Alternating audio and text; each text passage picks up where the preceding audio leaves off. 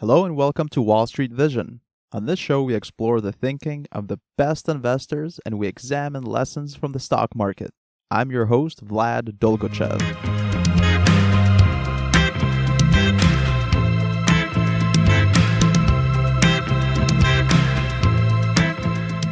This show is for informational purposes only and is not investment advice. Check out the show notes for the full disclaimer. Hello, Vision Nation. I hope you guys are keeping well and enjoying the summer. In this week's episode, we're going to cover the story of Masayoshi Son, or as most people call him, Masa. If you haven't heard of him, Masa is a Japanese super investor with an amazing track record. He has an incredible story of how he achieved wealth and business success. We'll cover how his investment in Alibaba gave him a return of something like 7,500x. Just an insane return. And we'll discuss lessons from Masa's story. This episode is a little more about the mindset of investing instead of the nitty-gritty numbers. But I hope you check it out because you'll be inspired and maybe you'll learn a thing or two about his investing approach as well. So Masa is born in Japan and he has Korean parents. If you know about history, then you know that Japan and Korea don't necessarily have the best relationship. While he's growing up, he's got to deal with a lot of bullying just for being Korean. Like with a lot of people that later on become super successful, Masa uses that negativity as fuel to work extremely hard. When he's a teenager, Masa reads this book written by the head of McDonald's Japan. The book is about success and business strategy. Masa is so impressed by the book that he calls the McDonald's guy's office over 60 times asking to get a meeting. The receptionists tell him no after no. Masa gets fed up and decides that it's a waste of his phone bill. In those days, long-distance calling was really expensive, and his phone bill was getting more expensive than just getting a plane ticket booked, so he gets on a plane to Tokyo. Masa gets in touch with the receptionist, and his pitch is, "Look, I don't want to bother the guy. I just want to see his face for 3 minutes. That's all I'm asking. I just want to see his face for 3 minutes. Can you please help me?" She caves in and Masa gets his meeting. When they meet, Masa asks him, what business should he do as a career? And the mentor says, computers. The mentor says to look at the future industries that are going to be around and to not look at the industries that have been good in the past. Masa takes this advice to heart and makes a mental note that is going to guide his future career towards tech. Masa goes on to do high school in the US, and this guy graduates in 2 weeks after taking all the required high school exams. That is incredible, to be able to graduate what takes most people 4 years in just 2 weeks? Crazy. Already you can tell that Masa is a unique person with a burning desire to succeed. Then he goes to Berkeley, where he starts several businesses. He wants to get rich, and his thinking is that to make a lot of money, he's got to do something unique. Something totally different than what his friends are doing. So instead of flipping burgers or bagging groceries like his friends, he makes a list of possible inventions. One of them is an electronic translator. Now you've got to remember that this is in the late 70s, so you don't have phones that could do all of those sorts of translations. He comes up with this crude BlackBerry-like thing that translates words from one language to another. But he doesn't just invent it. He convinces a few university professors to help him out with all the technical stuff that's required on this project. He doesn't have any money to pay the professors, but he promises that he'll pay them eventually. And he actually comes through on that promise. He ends up selling the invention to the electronics company called Sharp for over $1 million. And that's pretty good beer money for a student doing this part-time. That's when he returns to Japan. It's a promise that he made to his mom before leaving to the US. He promised her that he'd be back. So he gets back to Japan and starts his own company. He calls it Softbank. What is Softbank? Well, it's like a bank for software. Essentially, Masa goes to all these software creators and buys the licensing rights of the software from them. He then takes all the software and goes to hardware producers and sells the software to them. At this time, the software industry is really fragmented. Personal computers are just taking off, so he acts as the middleman that helps the hardware producers get access to lots of different types of software without them having to go individually to all these software developers. It's also good for the software developers because they're usually good at programming and not so good at sales, so both sides benefit from Masa's help. Masa also needs to get additional capital for the business, so at one point he goes to the bank and he's got no experience in the PC industry. His business at that point is only around for a few months, and somehow Masa convinces the branch manager to loan him $750,000. As you can tell from the time that he convinced the McDonald's guy for a meeting, Masa just doesn't hear no for an answer. He's hyped up about his prospects. I mean, this is the same guy who graduated high school in 2 weeks and became a millionaire while earning his undergrad, so the sky's the limit for him. He's so hyped up about Softbank that he gets an office and hires 2 part-time employees. In the mornings, he stands on some cardboard boxes and gives speeches. He yells out to his 2 employees, "You guys have to listen to me because I'm the president of this company. In 5 years, we're going to do $75 million in sales. In 5 years, I will be supplying 1,000 dealers and will be number 1 in PC software distribution." Those 2 employees think that he's nuts and they both quit. I just want to say what an incredible story already, coming from humble beginnings and having this insane drive to succeed. There are some people out there that are a force of nature, and Masa is one of them for sure. I don't know if I'd stick around a company if the head boss would yell speeches at me every day, but it takes a special person to achieve a special level of success. So his business is slowly picking up, and he's having trouble hiring experienced software salespeople in Japan. At the time, being an entrepreneur in Japan wasn't something popular, so Masa has trouble getting the talent. So what does he do? He hires truck drivers to work as software salespeople. These guys are ultra loyal to him because they go from a blue-collar job to a tech position overnight. The truck drivers are so grateful and loyal that they work 12+ hours a day and sleep in the office at night. These guys literally spend 3 to 4 months in the office and only see their family a handful of times over that period.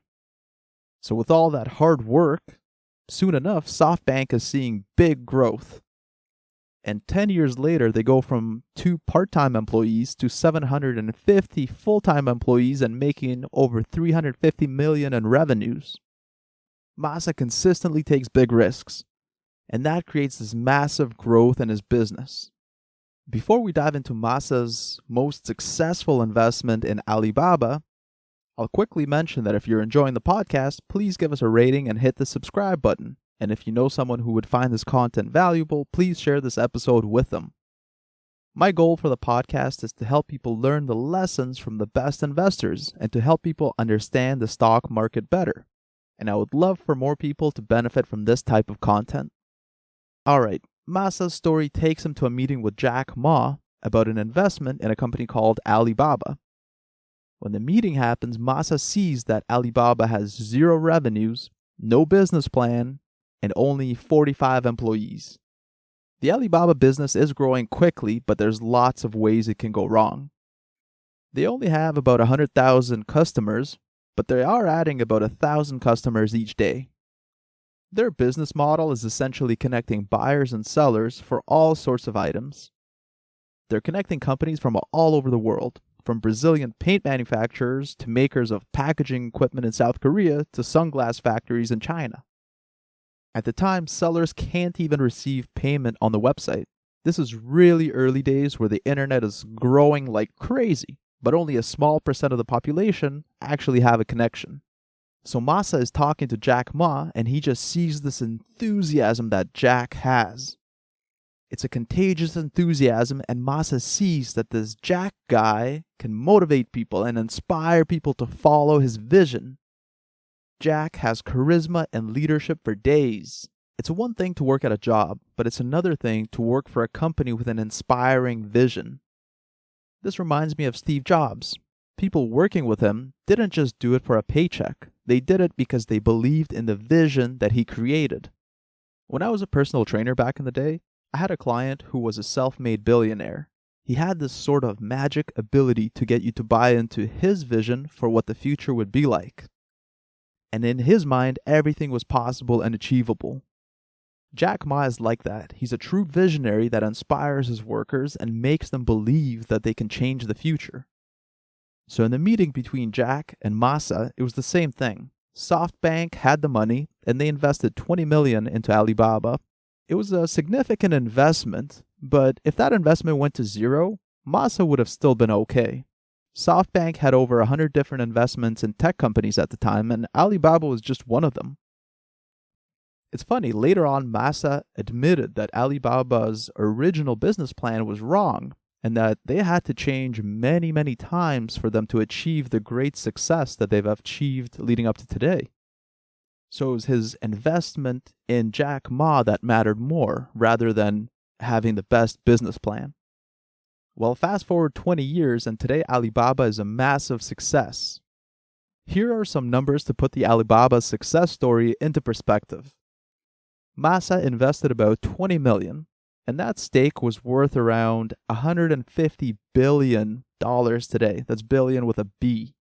So that would be a return of about 7,500x, which is crazy. Those just look like numbers that are hard to relate to, so let me use some numbers that might make more sense. If you would have invested $1,000 along with Masa 20 years ago, that would have grown to $7.5 million today. Holy cannoli! Alright, let's dive into some takeaways from this story. My first takeaway is that taking risks is fundamentally tied to reaping the rewards. Masa took on lots of risks, from meeting the McDonald's guy, to starting his own company, to investing in Alibaba. When you take these sorts of risks, of course there's going to be some losses along the way. During the dot-com crash, his net worth went down by over $70 billion, which is the most wealth that a single person has ever lost. But that never stopped him. He's just a force of nature that has a crystal clear vision and he's constantly moving towards it. He's also the kind of guy that is never going to take no for an answer. As a teenager, it takes a ton of courage and persistence to call someone's office 60 times and then take a flight to their office unannounced just to get a meeting. That shows you the type of grit that Masa has. Years ago, when I had my own business, I remember trying to get in touch with the CEO of a company to pitch him on some products. Well, by the 6th time I spoke to his receptionist, she was getting agitated, and calling the 7th time felt super uncomfortable for me. I'm sitting there thinking, this poor lady is going to scream at me, so I can't imagine calling someone's office 60 times. The story also shows the importance of diversification. Even though Masa really liked and believed in Jack Ma, he still had lots of other investments. It's the typical venture capital model where you invest in 10 companies and maybe 1 or 2 will produce good returns. And for a mega unicorn investment like Alibaba, that's a once-in-a-lifetime type of investment. So Masa didn't put all his money on Alibaba. Well, he probably couldn't because the company was so small at the time. But instead, he spread out all his investments across many different tech companies. As much as I want to credit Masa for his amazing track record, and I truly do, I think Masa is a super skilled tech investor. I think the Alibaba success story could have gone any number of different ways. There are so many different ways that the investment could have gone to zero, so luck played a major factor here for sure. But the thing about luck is you could be the luckiest person in the world, but you still have to enter the arena for a chance to win, and Masa kept entering the arena over and over again. My next takeaway is that Masa and Jack Ma's vision is so powerful. Masa had those truck drivers working for him 7 days a week and sleeping in the office floor without seeing their families. You can't make someone do that for a paycheck. Well, except for maybe investment banking. But why did those truck drivers work to exhaustion? It's because they bought into the vision. If a vision is powerful enough, people will go toward it with every ounce of energy that they have. And guys like Masa, Jack Ma, Steve Jobs, and Elon Musk are great examples of that. My last takeaway is how important focus is. Masa made a 50-year plan when he was 19 years old. He literally sat down and decided the course of his life and areas of focus for the next 50 years. And he stuck to that plan. There were tons of really hard times for him in his tech career, but he stayed the course and stayed focused. And I think that's so important today. Right now, I feel like there are so many different distractions out in the world. And in order to be able to achieve and create unusual levels of success, you have to have focus. All right, Vision Nation, that wraps it up for this week's episode. If you've enjoyed it, please hit the subscribe button, leave a review, and if you know someone who is interested in investing, please share this episode with them. Thank you, and I hope you have a great day. This podcast is for informational purposes only and should not be relied upon as the basis for investment decisions. I may maintain positions in the securities discussed on this podcast.